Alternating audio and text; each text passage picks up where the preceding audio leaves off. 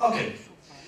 Ja, podobe v medijih na različne načine, ampak ne, mladi so veliko krat predstavljeni kot leni, nezainteresirani, ko se jim pa da, se jih ne da premakniti. Šole so predstavljene kot zbirokratiziran sistem, na katerega je težko imeti kakšen vpliv in nič novega se ne zgodi.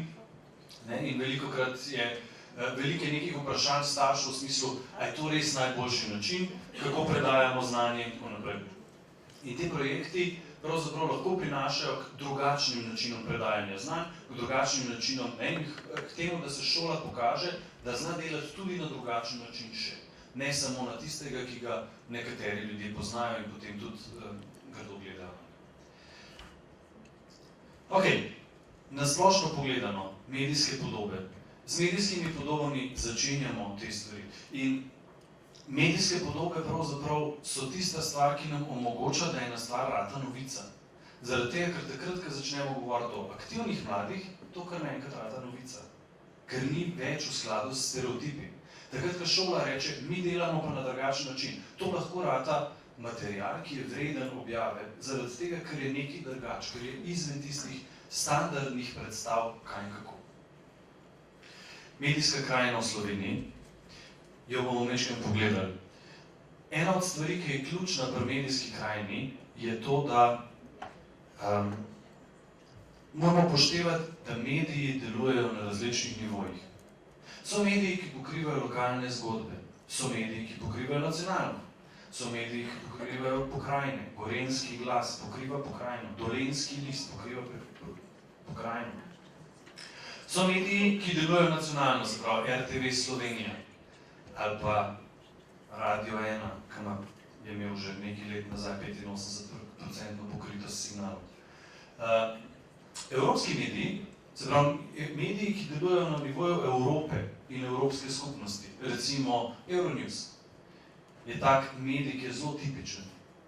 Potem imamo pa te svetovne medije, vse veste, od televizij sta to CNN, pa Al Jazeera, pa BBC, pa imamo Reuters kot agencijo, pa tako naprej. Tako, na različnih nivojih so.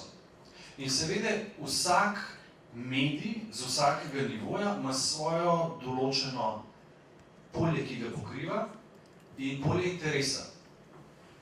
Medtem ko lokalni mediji lahko poročajo o lokalnih zgodbah, majhnih zgodbah, ki so se zgodile tukaj, ali pa so pomembne, ampak so pomembne za lokalno okolje, regionalni časopis to morda še objavi, nacionalni pa težko. Če gre za uspeh dijakov iz Ormoža, je to na slovenskem nivoju, je to tema, ki je zanimiva za Ormož, pa Ljutomer. Pa morda kaj do Maribora, morda. Manj bo pa zanimiva za ljudi iz Kopra, ali pa za ljudi iz Murske Sobote, ki so bližje sicer. Zato je tukaj zgodba o lokalnih stvarih. Včasih grejo pa stvari na več. Takrat, ko pa rečemo, recimo, to, da je Jakov Fak danes bil drugi na tekmovanju, veste? Ja, Srbrni je bil, tako da mu čestitamo vse skupaj. Je pa to novica nacionalnega interesa. Ne samo nacionalnega, lahko še kakšnega širšega. Recimo včerajšnja zmaga slovenskih hokejistov nad reprezentanco ZDA je zgodba svetovnega formata. In je tudi bila svetovno v medijih kot veliko presenečenje olimpijskih iger. Zdaj se bo da pa Melanija to malo. Zdaj se da pa Melanija pa to nadgrado gledala, kdo za koga navija. Malo heca mora biti, ko sem skupaj. Nivoji. Ko se odločamo o tem, kako želimo dogodek, ki ga pripravljamo, promovirati, komu ga želimo pravzaprav prodati, koga želimo obvestiti o tem, se moramo ukvarjati s tem, komu je namenjen in kdo ga lahko doseže. Jaz vem, da je želja vsakega od nas, da bi se kdaj pojavil v Dnevniku kot gost. Vsak. Zgodba od vsakega je, da bi kdaj na umu ob 7 zvečer pa nekaj lepega povedalo o naši šoli. Na nacionalki ob 7 zvečer v unih poročilih bodo rekli, ta srednja šola iz tega pa tega kraja je pa res primer dobre prakse.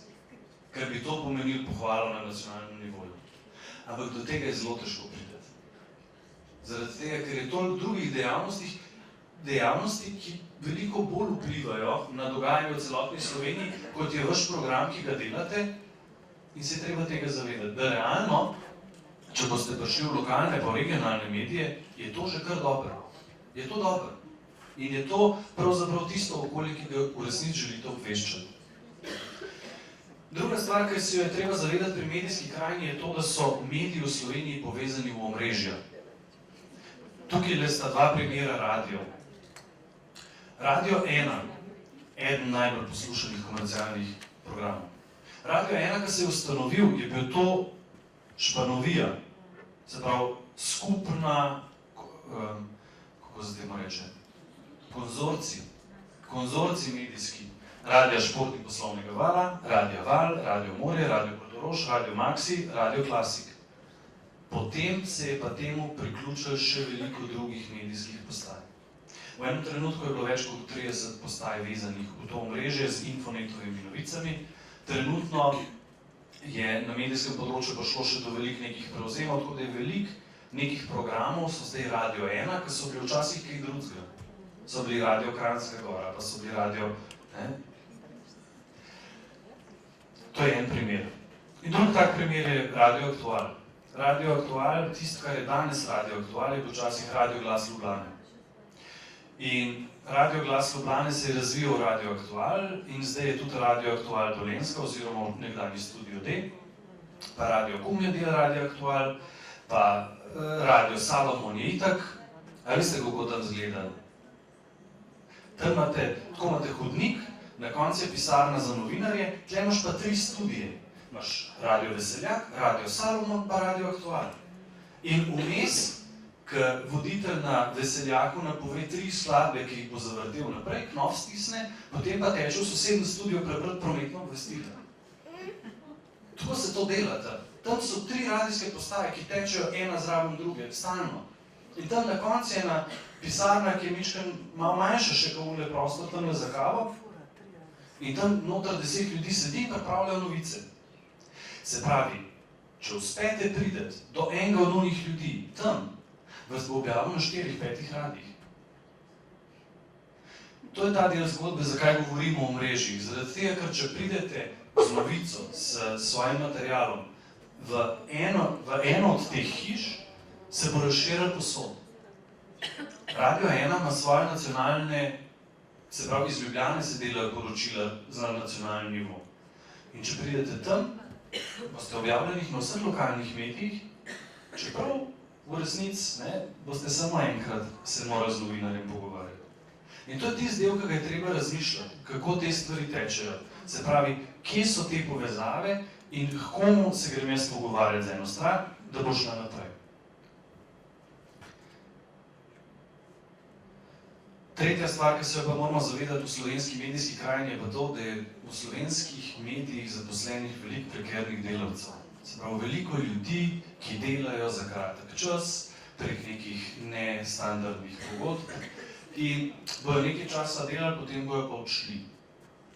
Zakaj o tem govorim? Zaradi tega, ker ni več Jožeta Hudečka, ki je 40 let sedel in spremljal samo kulturo in samo o njej pisal.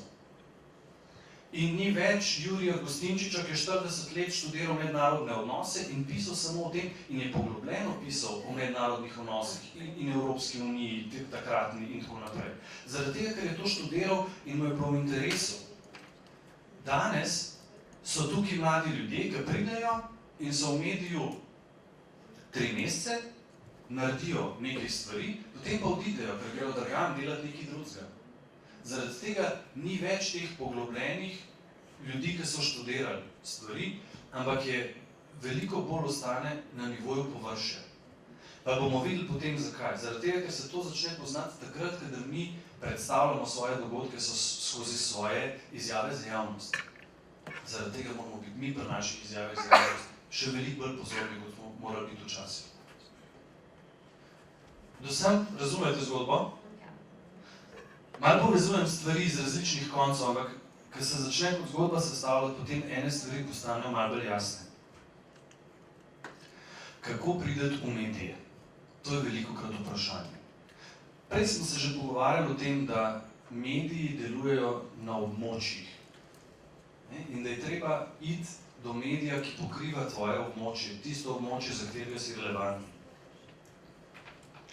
Drugi del, ki se ga pa moramo zavedati, so pa to, da so za v medije 3 vstopne točke.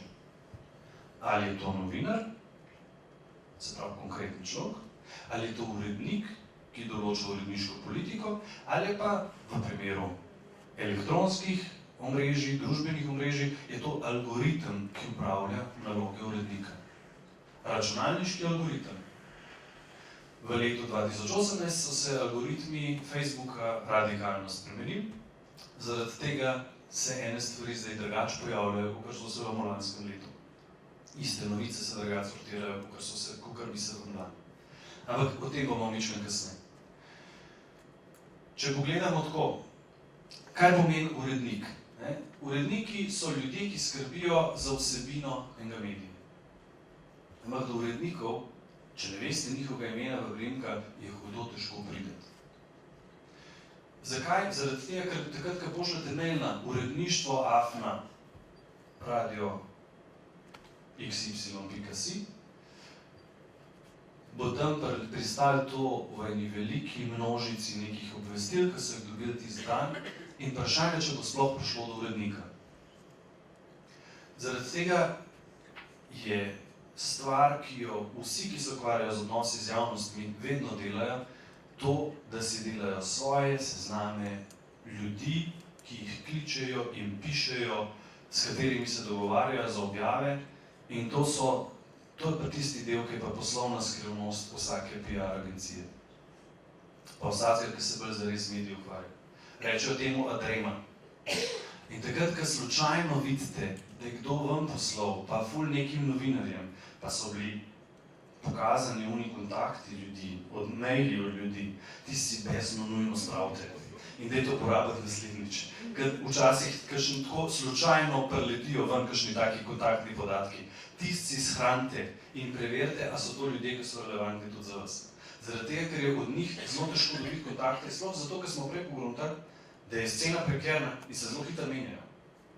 Zaradi tega, ker nekdo, ki je bil novinar še 3 mesece nazaj pri eni radijski postaji, danes ni več, ampak je pa sosednji. In ima zdaj čisto drug menjen naslov. In tudi, če mu karkoli pošiljate, ne bo več do njega prišlo. Novinarji, uredniki pa algoritem. Bomo pogledali algoritem majčkeno bolj. Jaz vem, da se to slabo vidi. Zato sam opozorilo še enkrat. Tukaj gor sem vam napisal spletni naslov. Tale prezi bomo delili tudi z vami. Ampak, če ga želite že danes pogledati, si slikajte tole, upišite tole v link na browserju, pa boste prišli do prezija takoj. Še preden ga delimo z vami. Kako algoritem na Facebooku gleda, kaj vam bo pokazal? Kako presoja, ali je nekaj relevantna vsebina tudi za druge ali ne? En del je to, da štopajo, koliko časa preživite na vsebini. Ena kolegica je zadnjič objavila en status, ki ga je po zakonu morala objaviti, kot opravičilo za neke stvari, ki so se dogajale, in je upala, da ne bo itak noben opazil. Ampak ker smo vsi, tudi če nismo nič reagirali na njega, se vseeno ustavili tam pa prebrali točno, kaj je napisala, je to hitro zrastalo v rejtingu in so vsi videli. Tako da, koliko časa preživi človek na vsebini, je stvar, ki je ena od ključnih, zato da program ve, a je to zanimivo tudi za druge ali ne. Če nekdo deli povezavo do vašega statusa, vaše objave na Messengerju naprej, je to hiter znak, da je to zanimivo za druge in bo skočil rejting. Več ima komentarjev vaša objava, bolj bo zrastel rejting, sploh še, če ljudje začnejo drugemu komentirati zadaj. Se pravi, da so ene 3 ljudje, ki si še malo začnejo dopisovati od spodaj. To hitro pomeni, da se je javnost vključila v vašo objavo in bo zaradi tega rejting izrastel. Kaj je objavljen? Filtri gledajo, kaj je objavljen. ne samo filtri, pa so tudi ljudje še zadnji, ampak v osnovi so pa filtri, ki poskušajo prepoznavati, kaj je objavljeno in poskušajo prepoznavati, kaj je vsebina. In bojo, glede na to, če so neke stvari, ki so aktualne, jih podprli in bojo šle gor. Kakšen tip zgodbe je? A je to nekaj osebnega, a je to nekaj poslovnega, a je to iz šole in kako ste k temu pristopili? Ali vabite tudi vi druge ljudi, da se vključijo v razpravo tle zraven? Se pravi, napišete neko objavo v smislu dijaki naše šole, ki sodelujejo v projektu Šola ambasadorka Evropskega parlamenta, so rekli to pa to pa to, kaj pa vi mislite? In takrat, ko se bodo začeli ljudje javljati in še sami komentirati na to, kaj pa oni mislijo, bo objava hitro zrasla in bo hitro veliko bolj dosegljiva za vse ostale. In koliko je v bistvu informativen prispevek? A res daje kakšne informacije, ali je to samo nekaj v parih besedah, ki ne da kaj dosti zgodbe. To so algoritmi, ki jih Facebook spremlja in na ta način raste gledanost vaših objav. Takrat, ko se ukvarjamo s tem, kako skozi Facebook recimo dosež nekaj ljudi, so to tiste stvari, ki nam lahko pomagajo. Se pravi, če načrtujemo objavo, da bo taka, da bo malo več časa vzela, da bojo ljudje malo bolj pogledali, da bo še vizualno zanimivo, da bo še kakšna slikca zraven, da si par udeležencev to malo deli, a si videl, lej, ko smo zdaj na Facebooku, in da se začnejo malo komentirati, upaj, je bil res fajn dogodek, kaj pa če vi mislite o teh stvarih, o katerih smo se pogovarjali, to so vse stvari, ki jim bo zrastel rating in jih bojo več ljudi videli. Pa seveda bomo pa pogledali še pri Twitterju, ampak je pa smiselno te stvari opremiti s hashtagom, se pravi s označevalcem. Poznate to, ne? Ja? Bolj, manj, eni bolj, eni manj. Se pravi z označevalcem, to pa zaradi tega, ker na ta način delate povezavo tudi z drugimi vsebinami, ki delajo na podoben način. Naslednja stvar, ki je treba vedeti pri novinarjih, je, da so novinarji, zdaj, če gremo nazaj spet na ljudi, da so novinarji pravzaprav dvojni deležniki vsake dejavnosti, ki jo delamo. Po eni strani so to tisti konkretni ljudje, s katerimi rabimo graditi odnos, po drugi strani so pa to tisti ljudje, ki prenašajo našo vsebino, da lahko gradimo odnos z drugimi. Se pravi, tukaj je njihova dvojna vloga. Jaz moram prvo biti všeč Jožetu, da bo k meni prišel na sestanek oziroma na predstavitev in imeti z njim dober odnos in potem bo Jože, če bo imel dober odnos z mano, poskušal tudi kaj za to narediti, da bo naša šola navzven dobro izgledala. In to je tisto, česar se je treba zavedati. Da so dvojni in da moramo na tem odnosu delati. Idealne za to so učiteljice slovenskega jezika pri novinarjih. Zaradi tega, ker so velikokrat imele veliko vpliva na ljudi, da so se zdaj razvili v to, da pišejo, da razmišljajo, da pišejo na tak način, kot pišejo. Ali so jih imeli radi, ali jih pa zelo niso imeli radi. Če so jih imeli radi, pa če ima učiteljica še vedno dober, ali učiteljica še vedno dober odnos z nekom, ki je danes novinar, obstaja veliko več možnosti, da bo ta človek kaj fajnega napisal o vaši šoli. In to je tista stvar, ki se jo moramo zavedati, ta odnos, da je ta odnos toliko zelo pomemben, vzdrževanje odnosa. Pa še eno vprašanje se vedno znova meni postavlja. Danes ste vi pred tem, da poskušate pripraviti neke objave za v medije, neke objave za ven, neke objave za to, da bojo stvari tekle. In kdo pa sicer to pri vas dela na šoli? Vsak za svoje področje? Vsak za svojo nalogo, za svoj projekt. Kdo pa za informativni dan? Slavist? Ne vem, sprašujem se, kako pa kaj. V nekaterih šolah, recimo ŠC5, vem, da imajo računalničarja, ki za te stvari skrbi, da tehnično izpelje. Vsebino mu drugi pripravljajo, on pa tehnično izpelje. Tukaj je vedno vprašanje, ker če je to nekdo, ki ima več prakse s tem, če je to nekdo, ki večkrat dela, ali je to tajnik šole, ali je to slavist, ali je to matematik, ali pa računalničar, kdorkoli, potem je to človek, ki ga je vredno vzeti s seboj kot orodje, takrat, ko pripravljamo nekaj novega, kar nam lahko pomaga vsaj v tistem delu, da tehnično te stvari obvlada že in da tehnično te stvari izpelje. Pa še ena od ključnih stvari. Ne pozabite na Slovensko tiskovno agencijo.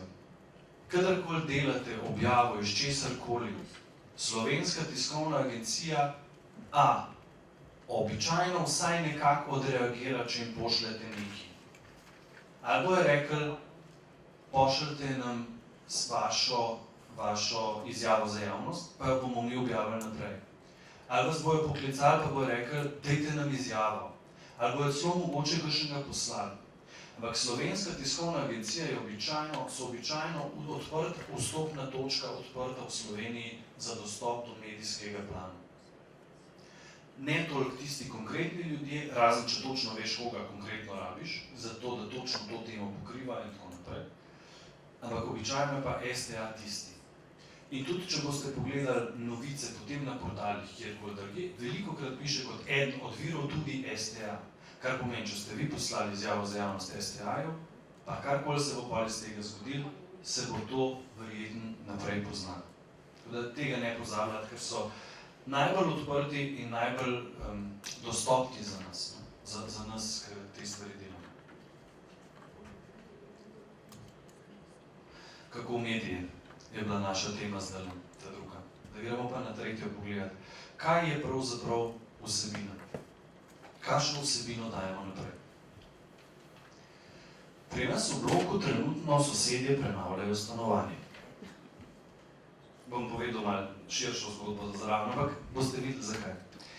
In če bi jaz kot zgodbo poskušal prodati, kot članek prodati naprej, sosedje obnavljajo stanovanje, verjetno, da ne bi bilo kaj dosti zanimanja.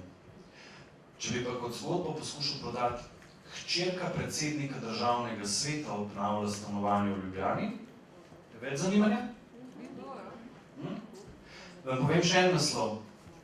Ali hčerka predsednika državnega sveta v Ljubljani obnavlja stanovanje s proračunskim denarjem? Kar naenkrat bi veliko ljudi kliknili na tak naslov. Tudi če bi jaz takoj noter napisal, ne, seveda ne, ona to obnavlja iz svojega. Ampak veliko ljudi bi pa kliknili. Pred leti smo s kolegi enkrat naredili en eksperiment. Mi smo prišli trije s takimi frizurami skupaj na eno gasilsko veselico. In ena kolegica, ki je bila tam, nas je slikala in je napisala v en slovenski časopis Dnevnik članek, obritoglavci so prišli na gasilsko veselico. A veste, koliko klikov je imel tisti članek?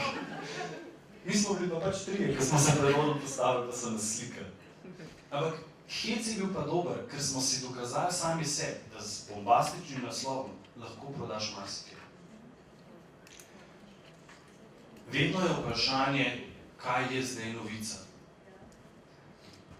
Ne? Kaj je zdaj novica? To, da je 15 mladih ljudi sedelo v krogu, pa da so se 1 uro pa pol pogovarjali, ni novica. Je sicer velik dogodek za šolo, ni pa novica. In tega ne bojo ljudje poskušali objaviti, ker to veliko mladi ljudje sedijo v krogu pa se pogovarjajo. Če pa povemo, da so se mladi ljudje pogovarjali o tem, kako v Evropski uniji izboljšati preskrbo s hrano, bo mogoče malo bolj. Če bo pa naslov članka Mladi zahtevajo več ekološko pridelane hrane, pa bo potem recimo pod naslovu še in evropski poslanci je rekel, da jih bo podprl pri tem in da se bo resnici začeli za to zauzemati, ali pa da se bo poskušal v parlamentu za to zauzemati, to pa zdaj je že slišati kot material za novice. Se pravi, treba je pogledati, kaj je tista vsebina, ki jo poskušamo dati. Kaj je tista stvar, kjer iz okvirov običajne medijske predstavnosti mi ven štrlimo s tem, kar delamo. Ali pa je lahko medijska novica za neko regionalni del ali pa za nek lokalni del je, na naši šoli se ukvarjamo z Evropskim parlamentom. Samo od sebe ne vem, kako bo šlo. Če bo pa mladi aktivno sodelujejo, bo pa naprej, bo pa ratala zadeva zanimiva. In to je tisto, o čemer je treba razmišljati. Kaj je material, ki je vreden, da postane novica in za koga je zanimiv. Niso vse stvari zanimive za vse. Velikokrat so starši tisti, ki zelo na hitro začnejo gledati, kje se bo moj otrok pojavil v mediju in pa do konca. Ali pa starši pa mogoče še sosednji. Če pa nekaj, kar ima pa neko težo, poleg tega, da so bili to naši mladi ljudje, ki so se pojavili, ki ima še neko vsebino za zraven, potem pa lahko ratuje zanimiva za več ljudi. In takrat, ko uspete zraven še pripeljati nekoga, ki je prepoznaven, to dobi še več potenciala, da bo medijsko objavljeno. Seveda pa ni vsaka prepoznavnost za vse. Se pravi, tudi če bo prišel igralec iz enega filma, vprašanje, če bo bolj zaradi tega veliko bolj to uspešno neka predstavitev. Recimo, si predstavljate, da imate neko razpravo o Evropskem parlamentu, pa sicer Latoja pride mimo, ampak ne vem, ali bi zaradi tega bil to postala novica. Bilo bi mogoče zanimiv ljudem videti jo, ampak vprašanje pa, če bi bila novica zaradi tega. Če pa je nekdo, ki ima neke vzvode moči, takrat pa to rata novica in takrat pa rata to vsebina, ki je zanimiva za ljudi, ki jih zanima, kaj se bo zgodilo. Še eno vprašanje pa vedno znova, kaj želimo s objavo, z novico doseči. Kaj je naše sporočilo, kaj želimo doseči, kaj želimo ljudem dati s tem, ker smo nekaj napisali. A želimo povedati, kaj se je zgodilo samo, ali želimo okrepiti kredibilnost mladih ljudi, okrepiti kredibilnost šole, promovirati Evropski parlament, kaj vse so tiste stvari, ki so zadnje. Vse veste, prej s tistim naslovom ali hčerka predsednika državnega sveta s proračunskim denarjem, je hiter zadnji jasen namen. Ali je zato, da gradimo prepoznavnost, ali pa je diskreditacija celo tistega možakarja, ki vodi te stvari. Hiter, se pravi, jasno moramo vedeti, kaj želimo s tem doseči. Kakšno je sporočilo, ki ga želimo poslati naprej. Toliko vsebini. Zdaj pa dajmo pogledati še malo bolj zares, kako izgledajo izjava za javnost pa te stvari. Prej sem že videl Mateja, tudi bom kazal. S tem, da ta je drugačen. Kako je zgrajen članek v izjavi? Kako je zgrajen članek v izjavi za javnost? Ali pa kako je zgrajen časopisni članek? In kako je zgrajen zapis v romanu? Ali pa v eseju? Zapis v eseju ima uvod, jedro, zaključek. Se nek začne, pa se malo zož, pa pridemo pa na neko jedro in se zož in gre ven. Zapis, kot obvestilo za javnost, ima pa drugo strukturo, ima pa piramidno strukturo. Mladi se zavzemajo za več ekološko pridelane zelenjave. Naslov. Pa podnaslov. Mladi so evropskemu poslancu predstavili svoja stališča v zvezi s prehrano in s, kako se temu reči, trajnostno naravnanostjo Slovenije. Potem je pa jedro, ki gre naprej, v danes na srednji šoli Radgona so se mladi 35 njih zbrali, se posvetovali z evropskim poslancem v okviru projekta Šola ambasadorka Evropskega parlamenta. To je struktura, se pravi, najprej je treba takoj v špici treba povedati, o čem je catch, kaj je tista ta glavna stvar, kaj je glavno sporočilo. Glavno sporočilo mora biti v naslovu. Če recimo pogledate današnji zdajle portal RTV SLO, Jakov Fak, mali mož velikih tekem. Vse je jasno, o čem govori, se pravi, velika tekma je bila, zgleda, da mu je nekaj ratal, že takoj, ko naslov prebereš, zgleda, da je nekaj, kar smo vsi v pričakovanju, sploh nisem vedel, da je biatlonska tekma danes. Ampak, ko sem prebral naslov, mi je bilo pa jasno, da je zgleda Jakov nekaj bil dober.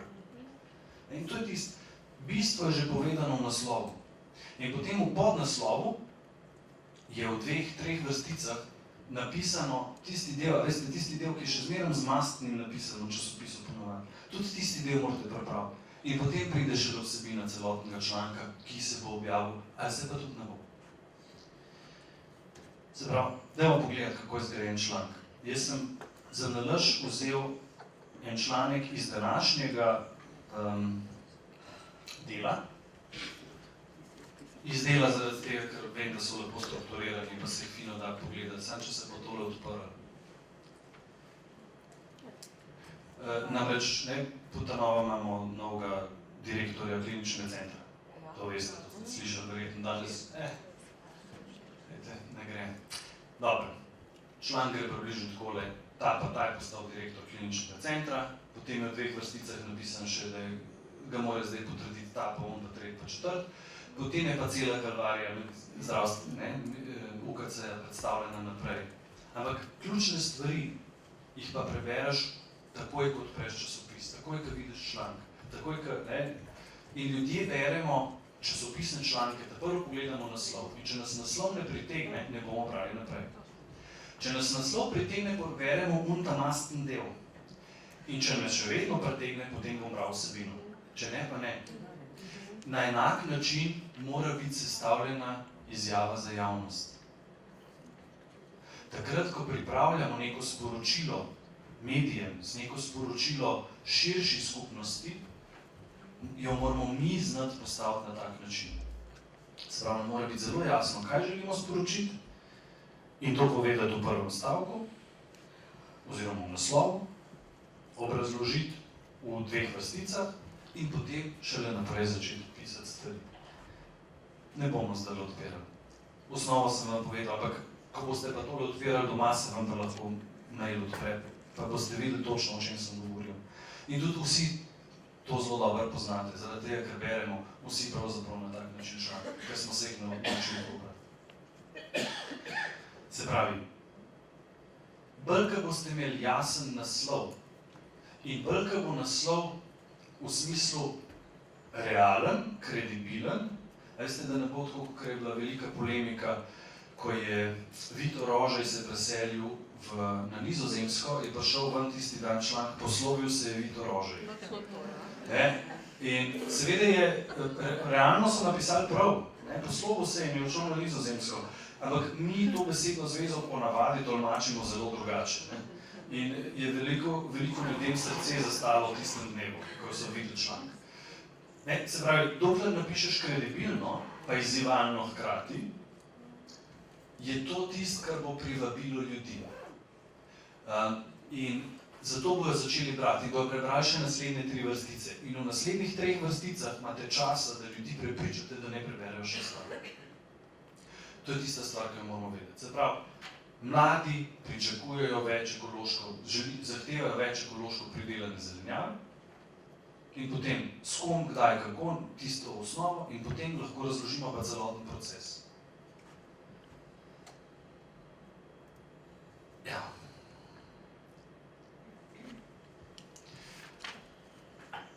Drugi tak velik medijski del, ki sem ga želel, pa tudi še opozoriti, je pa tweet. Koliko šol, ki ste tukaj, ima Twitter? Instagram profil?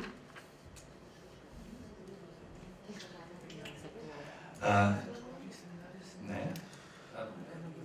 Na kakšen drug način obveščate mlade? Prek Facebooka? Ja? Še česa? Spletno stran imate verjetno? Prosim, YouTube kanal? Ja, imate YouTube kanal? S kje je šola? Srednja poklicna in strokovna Bežigrajska. Aha, okej. Super. Se pravi, nekatere stvari imate in nekatere stvari uporabljate. Dobro. Pa bomo šli tole zdaj zelo na hitro čez, ampak zelo podobne stvari kot od Twita veljajo tudi za Facebook poste.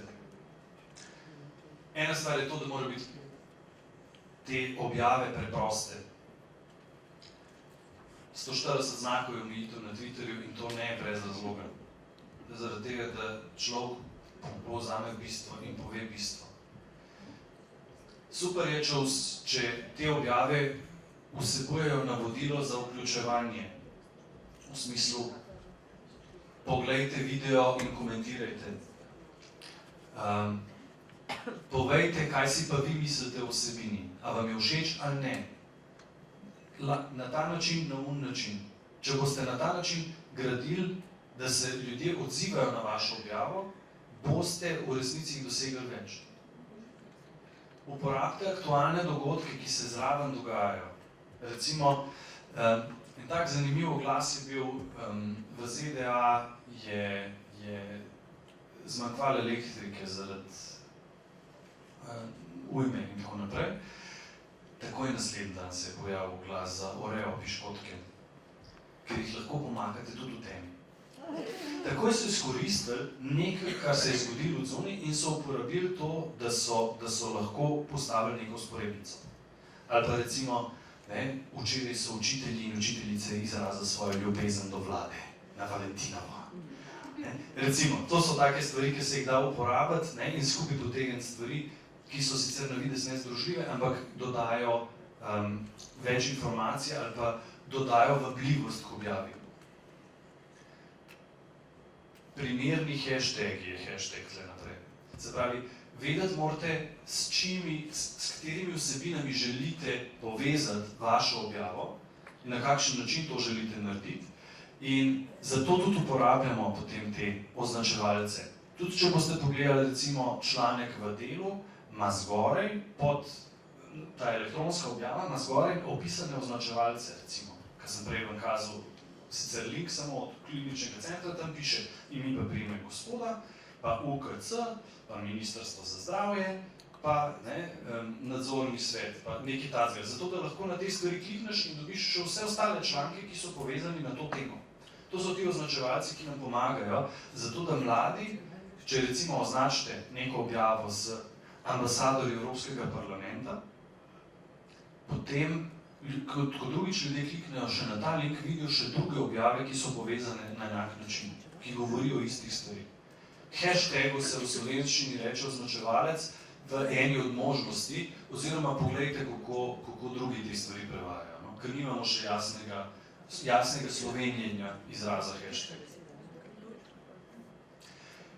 Objave, ki vsebujejo odnos, ki kažejo na odnos, so tiste, ki se nas bolj dotaknejo.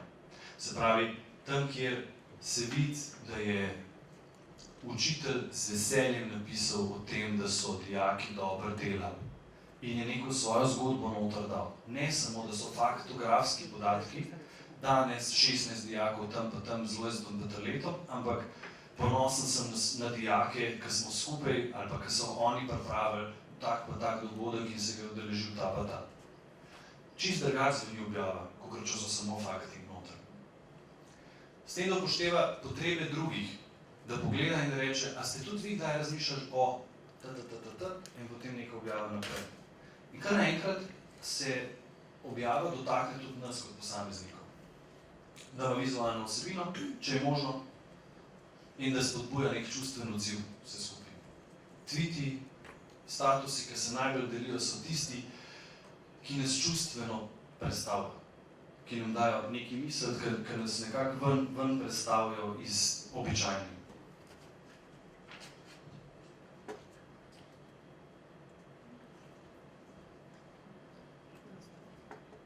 Evo, za Facebook veljajo enaka pravila. Plus, prej smo že govorili o algoritmu, zaradi tega ne bi tega ponavljal, tega dela.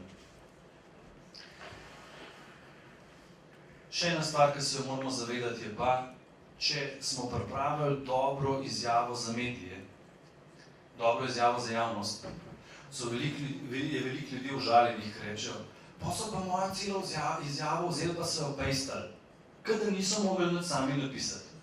Ampak to pomeni samo, da ste to zelo dobro del naredili, da ni bilo treba.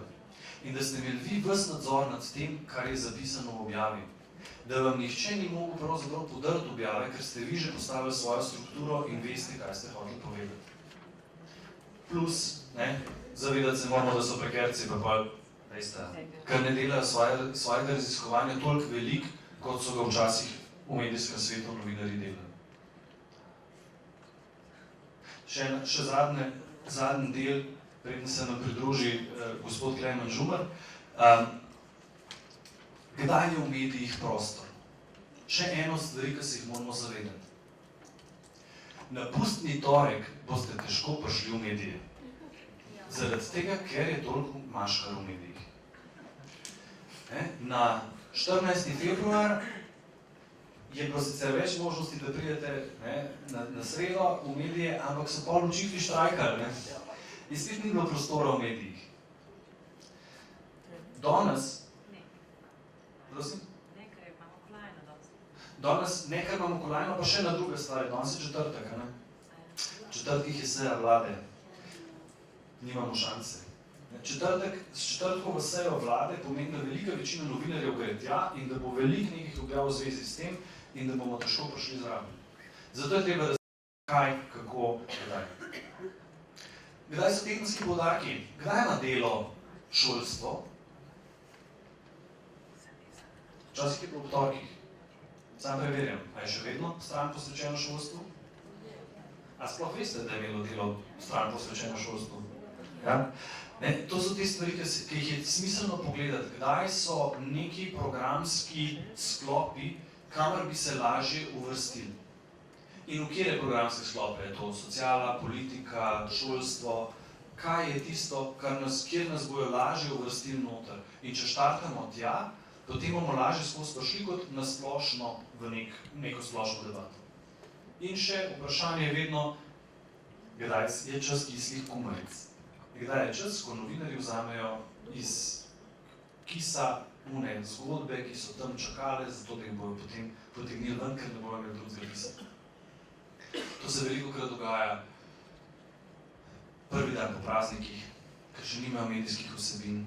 In če ste vi malo pred prazniki nekaj naredili in potem prvi dan po praznikih to lansirate, je veliko več možnosti, da bo prišlo ven. To so neke te stvari za naprej.